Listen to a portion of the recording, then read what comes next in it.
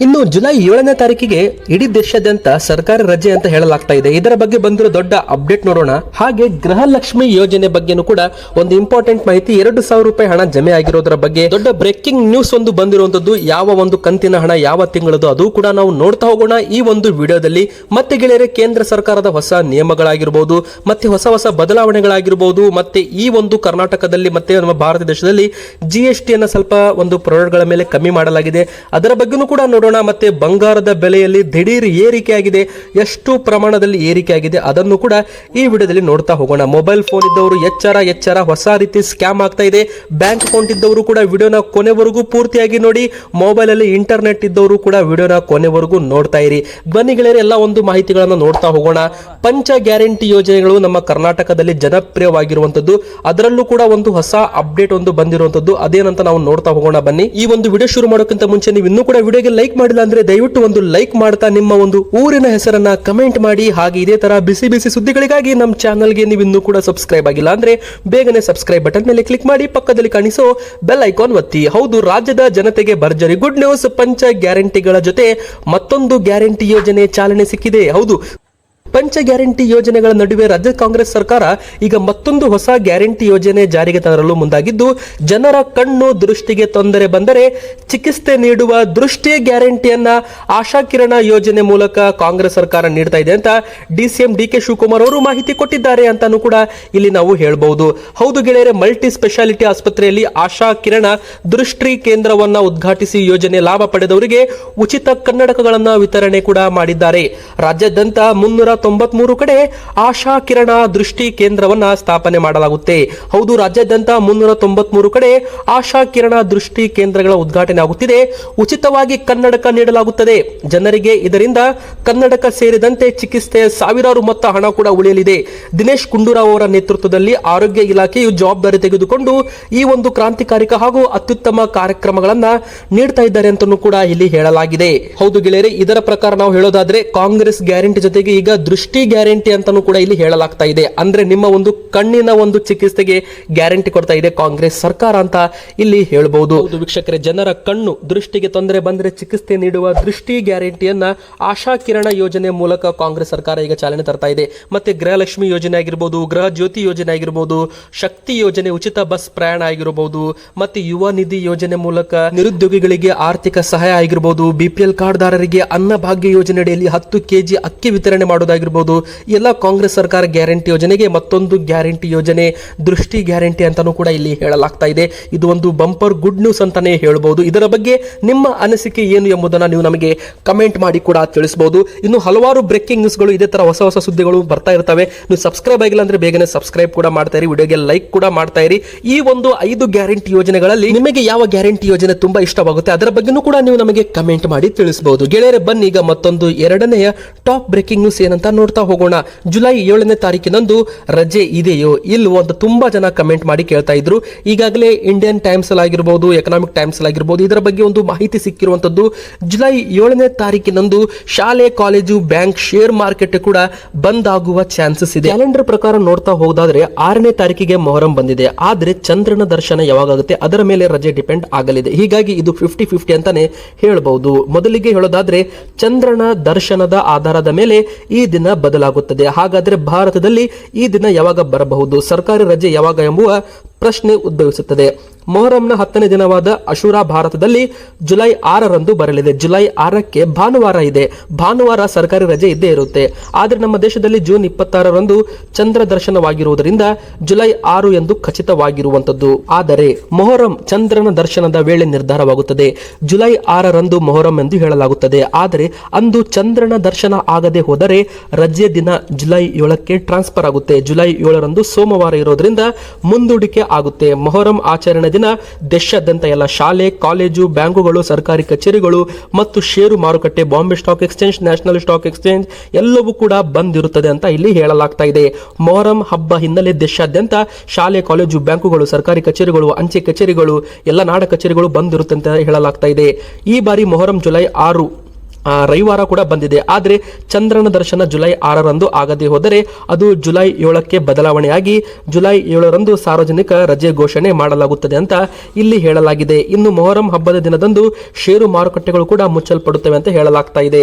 ಇದು ಒಂದು ಇಂಪಾರ್ಟೆಂಟ್ ಮಾಹಿತಿ, ಸರ್ಕಾರಿ ರಜೆ ಬಗ್ಗೆ ಬಂದಿರೋ ಮಾಹಿತಿ. ಮತ್ತೆ ಗೃಹಲಕ್ಷ್ಮಿ ಯೋಜನೆ ಬಗ್ಗೆನೂ ಕೂಡ ಒಂದು ಅಪ್ಡೇಟ್. ಹೌದು ಗೆಳೆಯರೆ, ಈಗಾಗಲೇ ಮೇ ತಿಂಗಳವರೆಗೂ ಹಣವನ್ನ ಬಿಡುಗಡೆ ಮಾಡಲಾಗಿದೆ ಅಂತ ಖುದ್ದು ಸಚಿವೆ ಲಕ್ಷ್ಮಿ ಹೆಬ್ಬಾಳ್ಕರ್ ಮೇಡಮ್ ಅವರು ಒಂದು ಮಾಹಿತಿ ಇಲ್ಲಿ ಕೊಟ್ಟಿರುವಂತದ್ದು. ಹೌದು, ತುಂಬಾ ಜನ ಹೇಳ್ತಾ ಇದ್ರು ಜೂನ್ ತಿಂಗಳ ಹಣ ಬಂದಿಲ್ಲ, ಜುಲೈ ತಿಂಗಳ ಹಣ ಬಂದಿಲ್ಲ ಅಂತ. ಗೆಳೆಯರೆ, ಇಲ್ಲಿ ಮೊದಲಿಗೆ ಹೇಳೋದಾದ್ರೆ ಖುದ್ದು ಸಚಿವೆಯವರು ಹೇಳಿರೋ ಪ್ರಕಾರ ನೋಡ್ತಾ ಹೋದ್ರೆ ಏಪ್ರಿಲ್ ತಿಂಗಳ ಹಣವನ್ನ ಬಿಡುಗಡೆ ಮಾಡಿದ್ದಾಯ್ತು, ಜಮೆ ಮಾಡಿದ್ದಾಯ್ತು. ಈಗ ಮೇ ತಿಂಗಳ ಹಣ ಟ್ರಾನ್ಸ್ಫರ್ ಪ್ರೋಗ್ರಾಂನಲ್ಲಿ ಇದೆ ಅಂತ ಇಲ್ಲಿ ಹೇಳಲಾಗಿದೆ. ಈಗ ಪ್ರತಿ ತಿಂಗಳು 10ರಿಂದ 15 ಸಾವಿರ ಹೆಚ್ಚುವರಿಯಾಗಿ ಗೃಹಲಕ್ಷ್ಮಿಯವರು ಆ್ಯಡ್ ಆಗ್ತಾ ಇದ್ದಾರೆ. ಹೀಗಾಗಿ ಇದು ಸ್ವಲ್ಪ ತಡ ಆಗ್ತಾ ಇದೆ. ಮತ್ತೆ ಕೇಂದ್ರ ಸರ್ಕಾರ ನಿಯಮ ಮಾಡಿದೆ. ಏನ್ ನಿಯಮ ಮಾಡಿದೆ? ಜಿಲ್ಲಾ ಪಂಚಾಯತ್ ಹಾಗೂ ತಾಲೂಕ್ ಪಂಚಾಯತ್ ಮೂಲಕ ಈ ಒಂದು 2,000 ರೂಪಾಯಿ ಹಣ ಸುತ್ತಾಡಿ ನಿಮ್ಮ ಅಕೌಂಟ್ಗೆ ಬರಬೇಕು. ಹೀಗಾಗಿ ಅದಕ್ಕೆ 2 ವಾರಗಳ ಕಾಲ ಟೈಮ್ ಬೇಕು. ಮತ್ತೆ ಪ್ರತಿ ತಿಂಗಳು 10-15 ಸಾವಿರ ಗೃಹಲಕ್ಷ್ಮಿಯವರು ಆ್ಯಡ್ ಆಗ್ತಾರೆ. ನಾವು ಪರಿಶೀಲನೆ ಮಾಡಬೇಕು, ನಿಜ ಇದೆಯೋ ಅಥವಾ ಏನಾದರೂ ಸುಳ್ಳು ದಾಖಲೆ ಕೊಟ್ಟು ಗೃಹಲಕ್ಷ್ಮಿಗೆ ಆ್ಯಡ್ ಆಗಿದ್ದಾರೋ ಎಲ್ಲಾನು ಕೂಡ ಡೀಟೇಲ್ಸ್ನ ಚೆಕ್ ಮಾಡಿಬಿಟ್ಟು ಅವರ ಖಾತೆಗೆ ಕೂಡ ಒಂದೇ ಟೈಮಲ್ಲಿ ಹಣವನ್ನು ಟ್ರಾನ್ಸ್ಫರ್ ಮಾಡ್ತಾ ಇದ್ದೀರಿ. ಹೀಗಾಗಿ 1 ತಿಂಗಳ ಡಿಲೇ ಆಗ್ತಾ ಇದೆ. ಈಗ ಬಂದಿರೋ ಮಾಹಿತಿ ಪ್ರಕಾರ ಮೇ ತಿಂಗಳ ಹಣವನ್ನ ಟ್ರಾನ್ಸ್ಫರ್ ಮಾಡಲಾಗಿದೆ ಅಂತ ಮಾಹಿತಿ ಬಂದಿದೆ. ಜೂನ್ ತಿಂಗಳ ಕೊನೆ ವಾರದಲ್ಲಿ ಬರಬೇಕಾಗಿತ್ತು, ಆದರೆ ಇನ್ನು ಜುಲೈ ತಿಂಗಳ ಮೊದಲ ವಾರದಲ್ಲಿ ಬರಬಹುದು. ಒಂದು ವೇಳೆ ಬರಲ್ಲ ಅಂದ್ರೆ ಮೇ ಮತ್ತು ಜೂನ್ ತಿಂಗಳ ಹಣವನ್ನು ಕೂಡ ಒಟ್ಟಿಗೆ ಜಮೆ ಮಾಡಬಹುದು. DBT ಆಪ್ ಮೂಲಕ ನೀವು ಸ್ಟೇಟಸ್ ಅನ್ನ ಚೆಕ್ ಮಾಡ್ಕೊಳ್ಳಿ. ಕೆಲವೊಬ್ಬರಿಗೆ ಜಮೆ ಆಗಿದೆ, ಕೆಲವೊಬ್ಬರಿಗೆ ಜಮೆ ಆಗಲ್ಲ. ಯಾಕಂದ್ರೆ ಕೋಟ್ಯಾಂತರ ಮಹಿಳೆಯರು ಇರೋದ್ರಿಂದ ಗೃಹಲಕ್ಷ್ಮಿ ಯೋಜನೆಯಲ್ಲಿ ಎಲ್ಲರಿಗೂ ಕೂಡ ಏಕಕಾಲದಲ್ಲಿ ಟ್ರಾನ್ಸ್ಫರ್ ಮಾಡಲು ಆಗ್ತಾ ಇಲ್ಲ. ಹೀಗಾಗಿ ಕೆಲವೊಬ್ಬರಿಗೆ ಬೇಗ ಬರ್ತಾ ಇದೆ, ಕೆಲವು ಜಿಲ್ಲೆಗಳಲ್ಲಿ ಲೇಟ್ ಆಗಿ ಬರ್ತಾ ಇದೆ.